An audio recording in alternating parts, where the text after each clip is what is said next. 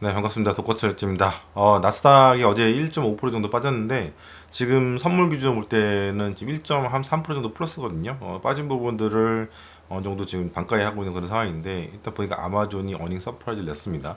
아마존은 계속해서 제가 볼 때는 빅테크 중에서는 가장 올해 주가 상승률도 상당히 안 좋았고 어닝도 생각보다 잘 안 나왔던 그런 기업이거든요. 그러다 보니까 올해 사실은 그 S&P가 나스닥 기준부터 22% 정도 지금 상승을 했는데 1월 달에 비해서 근데 얘는 한 1% 정도밖에 못 올라왔었어요. 그래서 상당히 이제 기업이 좀 약간 기우는 듯한 그런 느낌이 들었거든요. 특히 이제 가장 매출의 이익이 한 7% 이상을 차지하는 게 이제 AWS 이제 클라우드 쪽인데 얘네가 이제 계속 지속적으로 이제 그 점유율을 이제 좀 잃어가면서 한 3년 4년 동안 그러다 보니까 얘가 이제 이게 이제 전체적으로 이익을 갉아먹고 그래서 이제 성장률을 떨어뜨리고 이런 그러니까 계륵 같은 그런 존재였는데 그러니까 캐시카우가 망가지기 시작한 거죠. 근데 이번에 어제 이제 실적 나온 게 이제 완전히 이제 시장의 기대치가 완전히 바닥이었어요. 그러다 보니까 컨센서스가 상당히 낮았었는데 이거를 비트를 좀 했습니다. 그래서 뭐 기본적으로 볼 때도 이 자체가 나온 게 한 4, 5분기 통틀어 볼 때는 좀 좋게 나왔거든요. 그래서 바닥을 찍고 지금 올라오는 건가, 뭔가 나아지고 있는 건가 이렇게 해서 좀 까보게 되면은 일단 클라우드 성장률이 20%대로 조금 올라왔습니다. 17% 정도 이제 예측을 했었는데 클라우드가 다시 이제 부활하는 그런 게 보이는 것 같고 근데 생각에는 얘네가 무슨 프로모션을 했는지 뭔지 모르겠어요. 근데 지금 이게 다시 이제 생성을 하면서 시장 예측을 비트해 버리니까 이제 확 이제 또 튄 거죠. 기에 비해서 이제 그 전날에 발표했던 넷플릭스라든가 전전날이죠. 넷플릭스라든가 메타, 뭐 마이크로소프트 이쪽들은 좀 안 좋았잖아요. 근데 얘네들 같은 경우는 2분기 때 실적이 엄청 좋았어요. 마소도 한 7% 정도 막 튀었었고 어닝 서프라이즈 나면서 그리고 저 페이스북 메타 같은 경우에도 한 12% 정도 플러스 났었잖아요 장중에. 근데 그거 보게 되면은 요즘 들어서는 뭔가 어닝에 대해서 뭔가 쇼크 예상치 기대치를 비트하거나 그렇지 않게 되면은 완전 폭등하거나 폭락하거나 막 이렇게 둘 중 하나인 것 같아요. 그렇게 된 이유 중 하나는 일단 알고리즘 펀드도 요즘에 엄청나게 이제 그 비중이 시장에서 이제 거래량 비중이 크다 보니까 얘네들이 뭐 70%에서 90%까지 이제 차지하거든요 거래량이. 그러다 보니까 얘네들이 이런 팩트들 이런 요소들 데이터들이 한번 인풋이 되게 되면은 사실 기업 주가에서 가장 크게 작용할 수 있는 가장 중요한 요소는 이제 이익이잖아요. 근데 이게 이익치를 넘어가거나 이제 하회하거나 이렇게 되게 되면은 바로 자동 주문이 걸리기 시작하고 그러면서 주가가 이제 걷잡을 수 없이 커진 거죠. 크게 이제 움직이게 되는 거죠. 그래서 이런 거를 퀀트 쪽에서는 소용돌이 현상이라고 하더라고요. 왜냐면 이쪽 알고리즘 펀드, 저쪽 알고리즘 펀드 다들 이제 이익을 굉장히 중요시 보는데 이익 발표가 딱 나왔는데 이게 예측치를 벗어난다. 위든 아래든 그러면은 뭐 셀 하든 바이든 하든 자동적으로 큰 규모의 거래가 팍 터지게 된 거죠. 그래서 이렇게 변동폭이 크게 된 거고 또 그거 보면서 시장에서 근래 들어서는 한 맨 창후 한 전에 최근 한 5년 6년 동안은 그 시장을 주도하는 게 기관들보다 약간 개인들이 좀 그런 편이 많은데 개인들도 잠 안 자고 특히 사업개미들 잠 안 자고 이제 보고 있다가 이제 실적이 빡 나오게 되면 주가가 움직인 거에 따라서 뭐 예를 들자면 이제 어닝 서프라이즈 나와서 주가가 튀잖아요. 그러면은 따라 사고 그래서 이제 상승폭이 또 커지고 그리고 미스를 하게 되면 실적이 미스를 하게 되면 또 그거 보고 주가가 빠지니까 그러니까 알고리즘 펀드는 기계들이기 때문에 바로바로 사람의 손보다 훨씬 빠르거든요. 그렇기 때문에 얘네가 먼저 움직이게 되면은 그걸 보고 이제 사람이 따라하는 거죠. 손이 상당히 늦습니다. 그리고 판단을 해야 되고 시장을 먼저 보고 또 개인들은 차트 본다, 뭐 본다, 이제 그림 그리기 막 하는데 이런 것들은 이제 뭐 사실은 굉장히 이제 불리한 거죠. 이 싸움에서 볼 때는 그래서 단기 트레이딩 볼 때는 상당히 불리한 거죠. 그래서 개인들이 이제 따라가면서 이제 변동성이 더 커지는 그런 현상이 일어나기 때문에 어떤 분이 저희 그 멤버십에서 질문하시더라고 이렇게까지 빠질 일이냐 메타가 물어보시는데 이제 뭐 그런 측면들 판단하시면 될 것 같고요. 아마존 같은 경우에는 제가 아마존을 조금 팔고 이제 메타를 사는 거로 바이더 딥을 하려고 이제 생각을 했었거든요. 근데 어제는 제가 못했어요. 어제는 못했었고 오늘 이제 하려고 했는데 이제 장이 마치고 나서부터 아마존이 실적을 이제 팍 터트리면서 13%가 폭 뛰었는데 이게 지속이 가능할지는 모르겠어요. AWS 상승세가 다시 이제 바닥을 찍고 올라가느냐, 요거는 이제 우리가 좀 다음 분기도 지켜봐야 될 것 같고. 근데 일단은 튄 거를 팔고 빠진 종목을 사는 게 저는 지금은 맞다고 보거든요. 메타 같은 경우에는 좀 저는 이제 좀 장기로 보는 그런 종목이다 보니까 지금 실적도 이번에 나온 거 상당히 좋게 나왔는데 이제 일회성 세금 일회성 세금 자체가 너무 많이 나와서 이제 실적을 깎아먹었고, 그래서 EPS가 깎였고, 그리고 얘네들 같은 경우에는 주 수입원이 광고밖에 없어요. 뭐 여러분들이 메타에서 뭔가 물건 구입하신 적 없으시잖아요. 메타 상품 이런 것들을. 저 같은 경우는 예전에 이제 그 메타 그 퀘스트를 제가 한 2020년도에 샀던 것 같은데, 뭐 그건 제가 나중에 얘기를 하겠습니다. 근데 이런 것들 외에는 뭐 사실은 우리가 광고 외에는 사실 뭐 별거 없거든요. 그래서 이제 메타 같은 경우에는 수익원이 상당히 좀 뭐라고 말할까, 이게 다각화된 게 아니라 이제 한쪽이죠. 광고밖에 없는데 이제 AI 캐펙스 투자를 엄청나게 늘린다는 거잖아요. 늘리는 데 있어서 이제 그 대출이죠. 채권 발행을 이렇게 하게 되면서 캐펙스 투자를 어마어마하게 늘리겠다. 이렇게 나오다 보니까 이게 또 시장에서는, 주식시장에서는 굉장히 불안하게 보는 거죠. 이게 빚으로 이제 비투를 한다는 거죠. 빚으로 이제 투자를 한다. 근데 반대로 이제 채권 쪽에서 상당히 좋게 봤어요. 왜냐하면은 메타 같은 경우는 이익이 뭐 캐시카우가 이제 광고 쪽이긴 하지만 상당히 이익률이 좋은 기업이거든요. 소프트웨어 기업이다 보니까 이익 창출력이 좋으니까 아무래도 채권을 발행해도 뭐 상환이라든가 이자 같은 것도 이런 것도 이제 원활하게 돌아갈 거라 생각을 하고, 뭐 채권을 기존에 많이 발행했던 것도 아니고 뭐 재무 상태도 엄청나게 좋습니다. 그래서 얘네들 같은 경우에는 이제 뭐 미국 국채 금리의 한 뭐 1.4% 정도를 그 가상금리로 프리미엄으로 이렇게 봤었는데, 막상 이제 채권 한 30조 원 정도 이제 발행을 하니까 돈들이 엄청나게 몰려가지고 한 1200조, 아니 120조 정도? 그 정도 이제 몰린 것 같아요. 그러다 보니까 이제 그 프리미엄이 떨어져 한 0.75% 정도 플러스 가상금리 해가지고 이렇게 채권을 발행한 것 같아요. 그래서 굉장히 성공적인 지금 그 채권 발행을 했는데, 그래서 주식 쪽 주식시장에서 보는 지금 메타의 행각과 기업 활동과 이 채권 시장에서 보는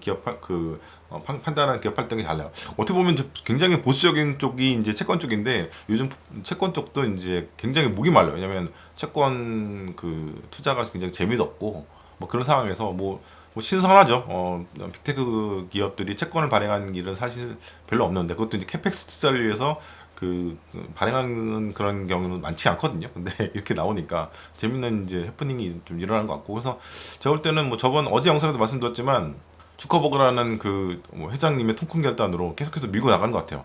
물론 이제 이 AI에 대한 캐펙스 투자가 이제 엄청나게 이제 크다 보니까, 예전에 이제 메타, 아까 말씀드렸던 그 퀘스트, 이거 고글 있잖아요. 고글이 아니라 뭐죠? 이렇게 되게 큰 거. 그거.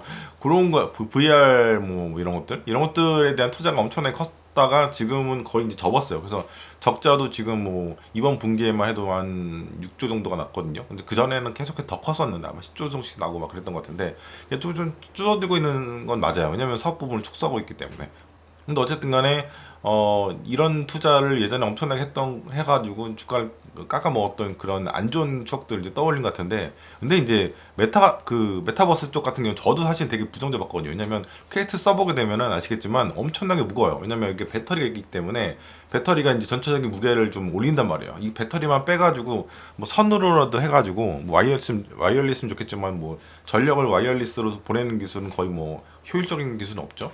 그래서 선으로 이렇게 내려가가지고 그 엉덩이 쪽 춤에다가 좀 묻혀가지고 하면은 좀 가벼워가지고 하기가 좀 편할 텐데, 어쨌든 그렇게까지는 안 되고 육중한 뭐 메타버스 그런 장비를 통해서 뭐 게임이라든가 이런 것들 하는데, 사실 근데 그쪽 앱스토어 쪽에 들어가게 되면은 그 VR 쪽 전용 앱스토어가 있거든요. 근데 거기 가면은 별로 뭐 프로그램들이 별로 할 게 없어요. 뭐 사봤자 이제 게임 같은 거밖에 없는데, 게임은 저는 별로 좋아하지 않거든요. 근데 게임도 뭐 20불, 30불, 뭐 50불 막 이래요. 근데 몇 번 하다 보면 금방 질리는 것들, 뭐 이런 것들이 굉장히 많고, 그리고 뭐 3D 같은 것들, 이런 영상들 같은 경우에도 사실은 촬영하려면은 엄청나게 좋은 장비들, 비싼 장비들, 카메라 같은 경우도 우리는 이제 이런 카메라도 하나 있잖아요. 근데 그런 카메라가 아니라 뭐 엄청나게 그 3D 카메라 같은 거 아시죠? 360 카메라 이런 것들을 그 장착을 해놓고 이제 그 촬영을 하고 프로그램을 만들려면은 상당히 비용이 몇 배씩 들다 보니까 이게 이쪽 생태계가 일어나지 못한 거예요. 그래서 저는 야, 이게 쉽지가 않구나. 이런 생태계가 안 만들어지니까 사람들도 안 사게 되고, 이 안경을 샀는데 사람들이 해보니까 할 것도 없고, 그리고 피곤하고 무겁고 이러니까 안 하게 된 거죠. 그래서 저도 이제 그거 사놓고 한 3개월 정도 방치해 놓고 있다가 그 정도에 당근마켓에 팔았거든요. 그래서 이런 거는 좀 뭐랄까 3D 이런 360 VR 이쪽 같은 경우에는 뭔가 좀 이렇게 트렌디하긴 하지만 잘 먹히지 않는 그런 쪽이고, 대신 이제 AI 쪽은 우리가 거스를 수 없는 그 인류의 그런 뭐라 그래야 되나요? 약간 진화의 한 방향이라고 좀 보거든요. 그래서 이쪽에 대한 KPX 투자는 제가 볼 때는 가는 게 맞다고 이제 보고 있습니다. 그래서 단기적으로 볼 때는 이제 뭐 향후 몇 년 동안 한 4, 5년 동안은 이런 캐펙스 투자를 늘리면서 숫자가 좀 안 좋아지겠죠. 근데 이거는 뭐 모든 빅테크들의 공통적인 현상이기 때문에 메타만 가지고 뭐라고 할 수 없는데 뭐 사람들이 메타에 대해서 조금 그 기대한 측면이 많았던 것 같아요. 그리고 이번에 일회성 세금이라는 것도 좀 무시할 수 없는 것 같고 그래서 뭐 바로 전에 이제 넷플릭스 같은 경우에도 실적이 엄청나게 좋았어요. 사상 최대 실적이었는데 브라질에서 세금을 한 진짜 150억 달러인가 엄청나게 세금을 어떻게 이렇게 많이 떼는지 모르겠는데 뭐 그동안 누적됐던 거 뭐 이런 거 다 해가지고 뭐 징벌적인 건지 뭔지 모르겠지만 또 미국이랑 브라질 관계가 그렇게 막 좋은 건 아니다 보니까 뭐 세무 당국에서 떼인 건지 모르겠어요. 그리고 이제 브라질이라는 나라 자체가 인구가 2억 2천이다 보니까 좀 커요. 미국도 3억 5천인데 뭐 그러다 보니까 이제 시청자층도 많고 매출도 많았나 보죠. 그래서 세금 규모도 큰지 모르겠지만 어쨌든 그런 거 다 일회성 비용인데도 불구하고 주가가 너무 크게 반응을 한 것도 있고 그래서 이제 넷플릭스도 제가 볼 때는 지금 이번에 오늘 아침 보니까 액면 분할을 한다고 하더라고요. 1,000불이 넘는 그 가격이 좀 부담스럽긴 하거든요. 그렇게 비쌀 이유는 없잖아요. 그래서 10분의 1 정도 하다 보니까 이제 100불대로 떨어지게 되면은 상당히 이제 호재인 것 같고 저 같은 경우는 아직 넷플릭스를 추가로 안 샀어요. 추가로 안 샀는데 살려고 했는데 오늘 이제 약간 시간 외로는 지금 3% 정도 플러스인데 오늘 장 되면은 그 아마존 같은 경우는 조금 이제 팔고 제가 10분할로 사고 팔거든요. 그래서 한 2주 정도 걸릴 것 같은데 근데 아마존은 그렇다고 해서 다 덜진 않을 것 같습니다. 한 지금 갖고 있는 정도 한 많이 팔아봤자 절반 정도 이제 정리하고 근데 다음 실적까지도 봐야겠죠. 봐서도 이제 유의미한 뭔가 성장이 안 보인다고 하면 그러면 이제 뭐 다른 종목으로 넘어가는 게 맞는 것 같고 그래서 넷플릭스를 조금 더 사고 메타를 좀 더 사고 아마존을 조금 이제 정리를 해 가면서 이렇게 서서히 이제 움직이게 될 것 같습니다. 그래서 어쨌든 간에 뭐 13% 정도 올라오니까 팔려고 딱 했는데 조금씩 좀 팔려고 했는데 분할 매도로 근데 어쨌든 이제 튀어 오르니까 상당히 이제 뭐 저는 고무적인 것 같고 일단 또 아마존이 이렇게 실적을 좀 잘 냈다는 거에 대해서는 뭐 그렇게 미국 소비가 아마존을 이제 구입 이용하는 주 계층은 이제 중산층, 중하층 이쪽이잖아요.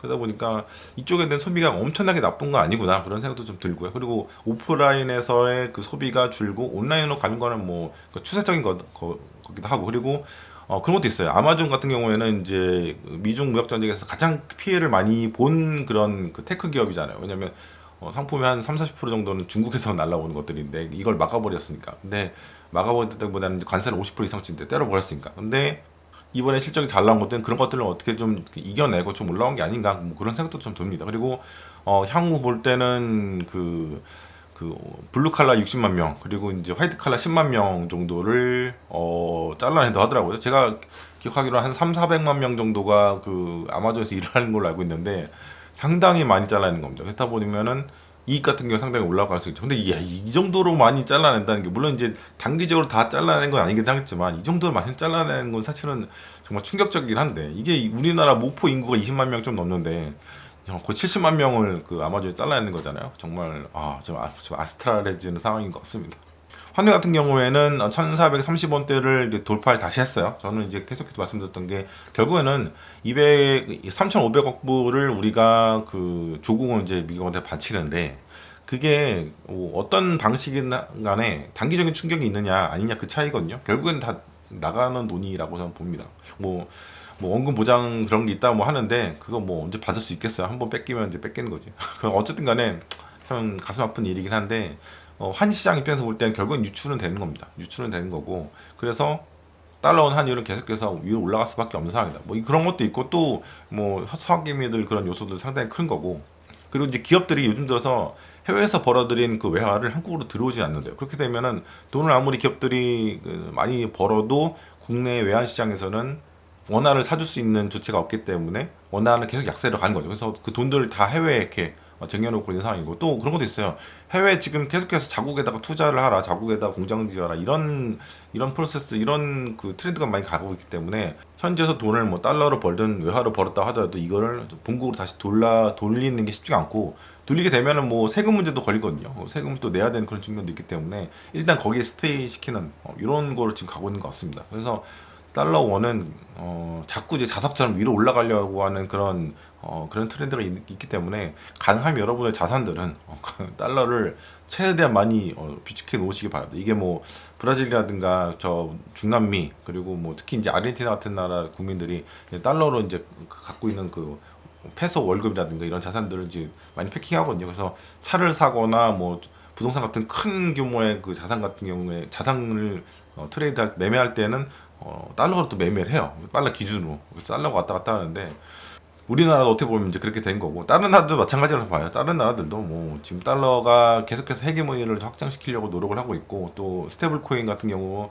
이게 그 스테이블 코인 어떤 그 기업 CEO 그런 얘기 하더라고요. 그 우리는 이 비즈니스 기회를 미국 자국이 아니라 해외의 그 이머징 마켓들 약소국들 이런 쪽들을 보고 있다. 인터내셔널한 이런 비즈니스 그 찬스를 좀 찾고 있다. 그걸 보고 있다고 하는 거 보면은 결국 목적은 뭐냐? 이머징 마켓입니다. 이머징 마켓. 우리나라 같은 이런 라인들, 뭐 중국이라든가 중국에서 이제 돈을 해외로 빼돌리려고 하는 그런 수요도 많잖아요. 그래서 그런 것들을 노린 거기 때문에 이게 쉽지 않다. 원화는 굉장히 상당히 이제 풍전 앞에 등불 같은 그런 상황이다. 뭐 이런 얘기는 제가 몇 년째 계속 하고 있으니까 달러는 꼭 들고 가셔야 되는 그런 자산인 것 같습니다.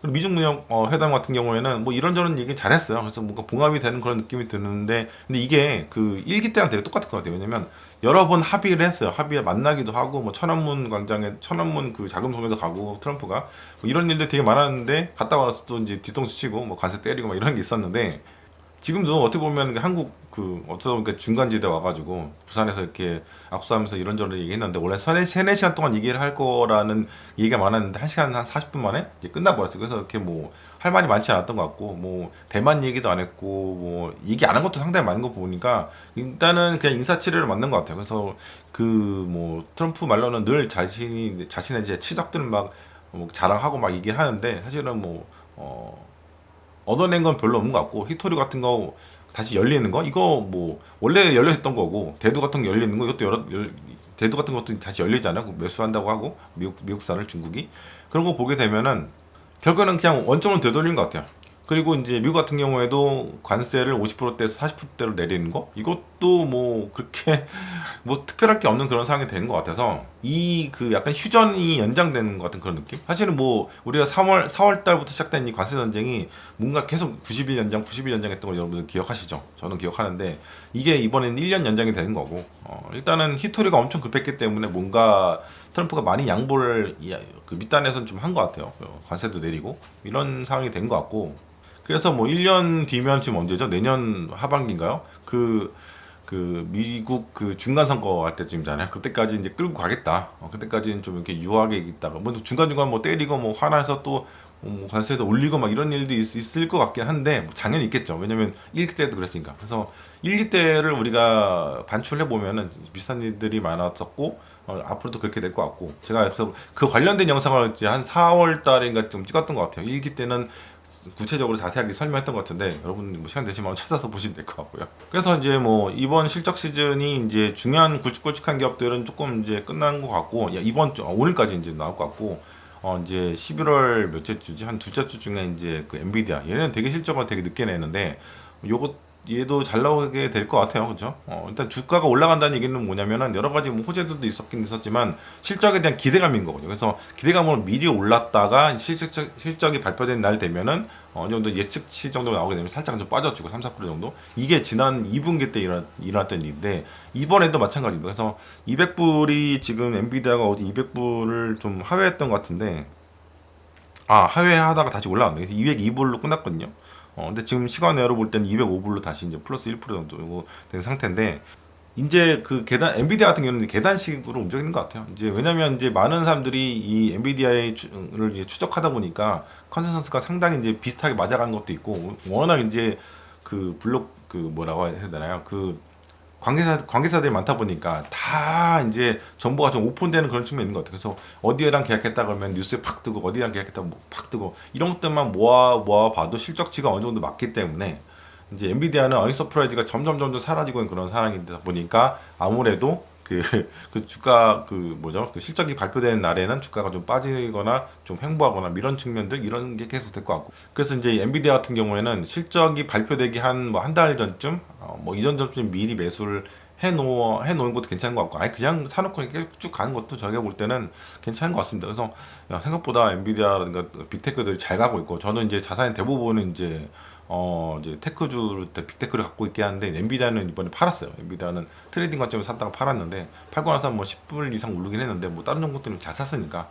그리고 이제 저는 이제 지금 가장 큰 비중이 있는 거는 그 구글입니다. 구글이 알파벳이 상당히 많이 있고 이제 비중 20%가 넘어갔고요. 정말 100불 때 샀던 3, 4월달 100불 때 샀던 구글인데 지금 270불까지 75불까지 올랐으니까 상당히 이제 괜찮은 지금 퍼포먼스를 보여주고 있어. 너무 고맙고. 그리고 저번에 8월달 뭐 이럴 때쯤에 또 저가 매수를 했어요. 왜냐면 이제 그 반독점 문제 있을 때 그때도 매수를 잘했었고, 그래서 거의 지금 20%가 넘어간 상태예요. 지금 전체적 비중에서 제가 주식을 보면은 한 종목당 10%가 넘지 않는데 20%가 넘어갔어요. 그래서 근데 제가 보기에는 향후 이 AI 시대에 있어서 이 구글은 상당히 큰 포지션을 차지할 거라고 저는 보고 있거든요. 그래서 구글은 계속해서 갖고 가시는 종목이 돼야 될 것 같고, 저는 저희 멤버십 분들한테는 구글은 무조건 갖고 가야 되는 주식이라고 말씀을 계속해서 좀 드리고 있습니다. 그래서 어떤 그 AI의 그런 응용 서비스가 나온다 하더라도 구글은 그걸 다 따라잡을 수 있는 능력이 제가 있다고 봐요. 그리고 이제 금 같은 경우에도 지금 4,000불 이제 다시금 회복을 했죠. 계속해서 기관들은 계속해서 달러를 팔고, 그러니까 채권을 팔고 미국채를 팔고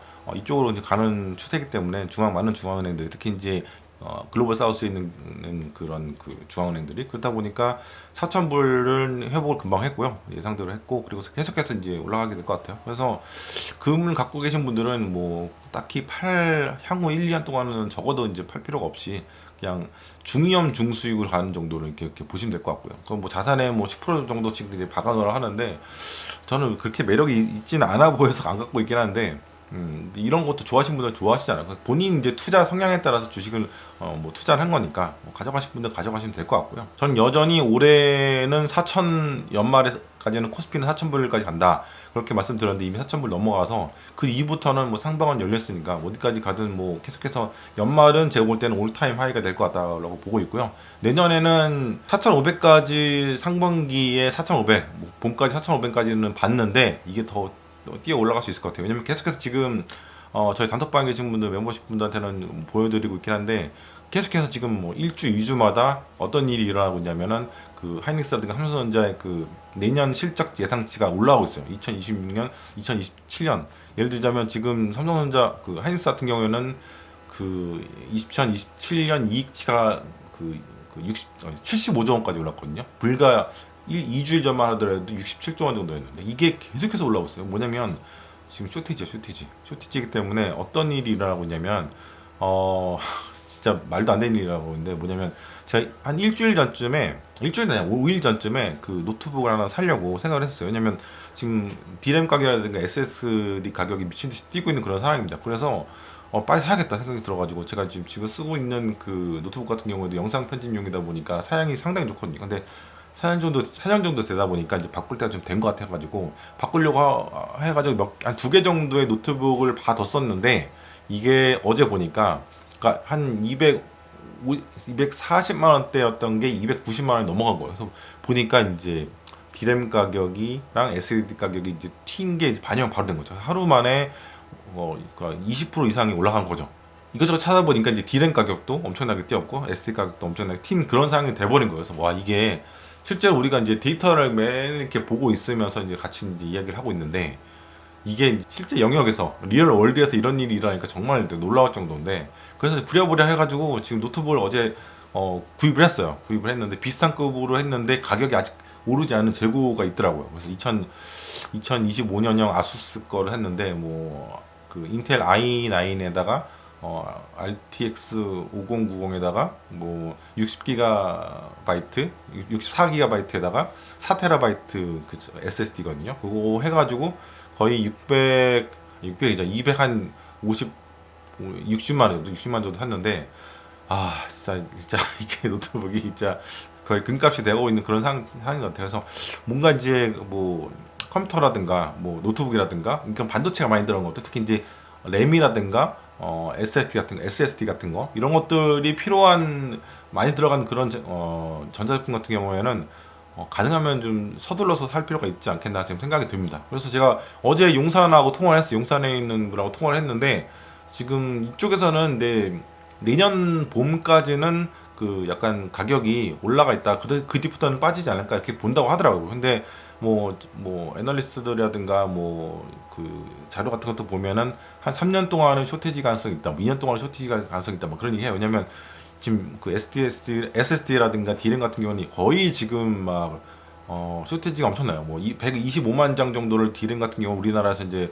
월간으로 이제 찍어낼 수가 있는데 지금 주문 온 게 제가 잘못 말했습니다. 그 한 7, 80만 정도 찍어낼 수 있는데 지금 주문 들어온 게 120만 장, 130만 장 월로 볼 때 그 정도 들어오고 있다 보니까 지금 쇼티지가 점점 심해지고 있어서 재고도 좀 쭉쭉쭉 줄어들고 있는 그런 상황이에요. 그래서 여러분들이 좀 서두를 필요가 있다. 저도 이제 그래서 전자제품 같은 것들 좀 뭐 그런 것들 좀 사야 될 것들은 미리 좀 서두르고 있는 그런 상황이고요. 그래서 갑작스럽게 이제 8월 어디죠? 지금 10월 달 카드 값이 폭발하고 있는 그런 상황이 됐어요. 그래서 좀 서두르시는 게 좋겠다. 그렇게 말씀을 마지막으로 드리고요.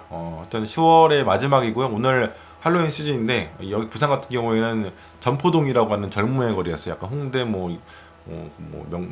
그 정도의 그런 분위기인데 해운대도 그렇고 오늘 좀 나가서 좀 놀다가 들어와야 될 것 같습니다. 하여튼 즐거운 할로윈 해피 할로윈 되시기 바랍니다. 감사합니다.